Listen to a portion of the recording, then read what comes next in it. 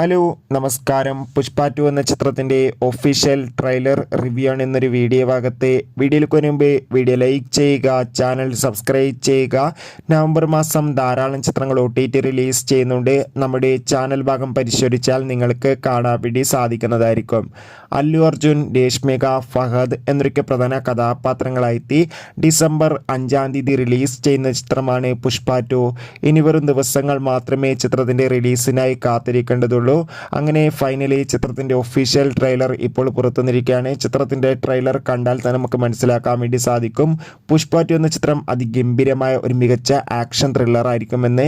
ചിത്രത്തിൻ്റെ ട്രെയിലർ നമുക്ക് അല്ലു അർജുൻ്റെ അതിഗംഭീരമായ മാസ് സീനും ആക്ഷൻ രംഗങ്ങളൊക്കെ കാണാൻ വേണ്ടി സാധിക്കുന്നുണ്ട്.